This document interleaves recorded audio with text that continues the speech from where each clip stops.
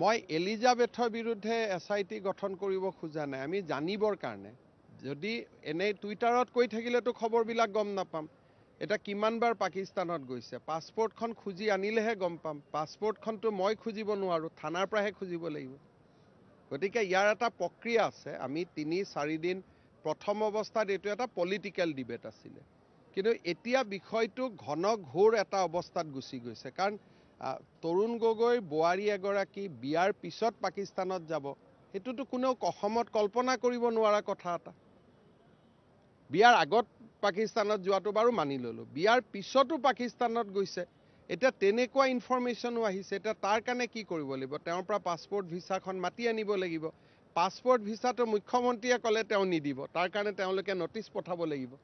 গতিকে লিগেল ব্যৱস্থা এটা ইমান দিন আমি ধৰক টুইটাৰত প্ৰেছত যি কথা পাতিলো কিন্তু নেক্সট পৰ্যায়টো আপুনি যাব লাগিব কাৰণ ISR কথাটোতো আমি এৰি দিব নোৱাৰো বেলেগ কথা আপুনি এৰি দিব পাৰে কিন্তু when it comes to involvement of ISI এনেকুৱাও এতিয়া ঘটনা ওলাইছে যে 2013 চনত পাকিস্তানৰ এজন উচ্চ পদস্থ সামৰিক বিষয়াৰ সৈতে এলিজাবেথ গগৈ পাকিস্তানৰ পৰা দিল্লীলৈকে আহিছিল তেনেকুৱা তথ্য এতিয়া ওলাইছে এটা এই তথ্যবিলাক চাবৰ কাৰণে সেই ডেটবিলাকৰ পাছপোৰ্ট ভিসা ষ্টাম্পিং চাব লাগিব এটা আমিতো মই মুখ্যমন্ত্ৰীয়ে কলেতো এইবিলাক নেদেখুৱাই সেইবিলাক কেতিয়া দেখুৱাব যেতিয়া আমি ইমিগ্ৰেশ্যনক চিঠি লিখিম আমি যেটো গভৰ্ণমেণ্টৰ ভিসা ষ্টাম্পিং কৰা উলোৱা যিবিলাক অৰ্গেনাইজেশ্যন আছে তেওঁলোকক আমি চিঠি লিখিলেহে আহিব এইবিলাক গতিকে এইবিলাক যেতিয়ালৈকে আমি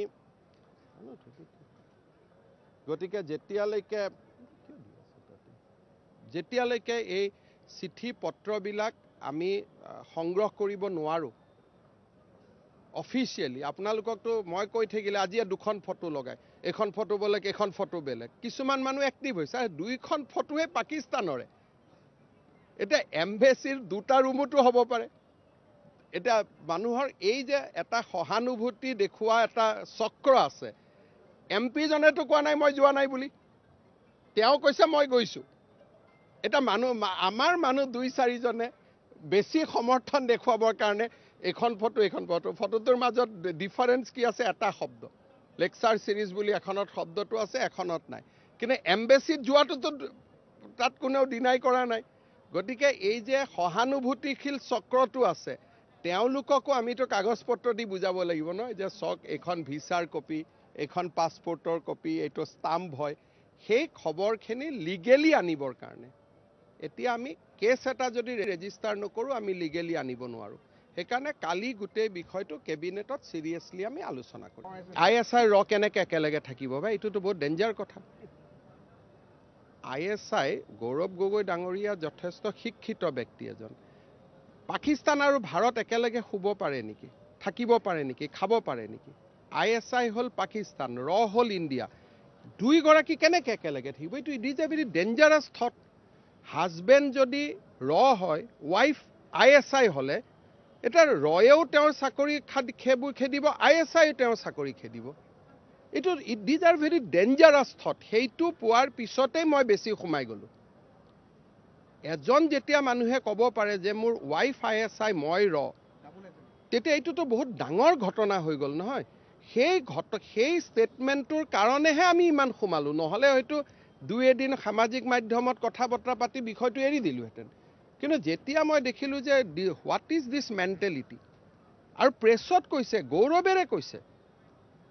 যে মোৰ যদি পত্নী ISI মই ৰ হৰি হাউ ক্যান দ্যাট বি তেওঁ ক'ব লাগিছিল মোৰ যদি পত্নী ISI মই আজিয়ে ডাইভোৰ্স কৰিম ক'ব সেইটো লাগিছিল নাই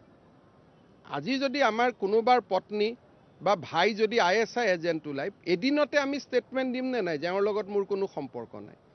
তেওঁ ক'ব লাগিছিল কি যে মোৰ পত্নী যদি ISI আওক মই আজিয়ে ডাইভোৰ্স দিম মুখ্যমন্ত্ৰীয়ে প্ৰমাণ কৰক হেতুহে ক'ব লাগিছিল তেখেতে আকৌ উলুটাই কৈ দিলে তেওঁ যদি ISI মই ৰ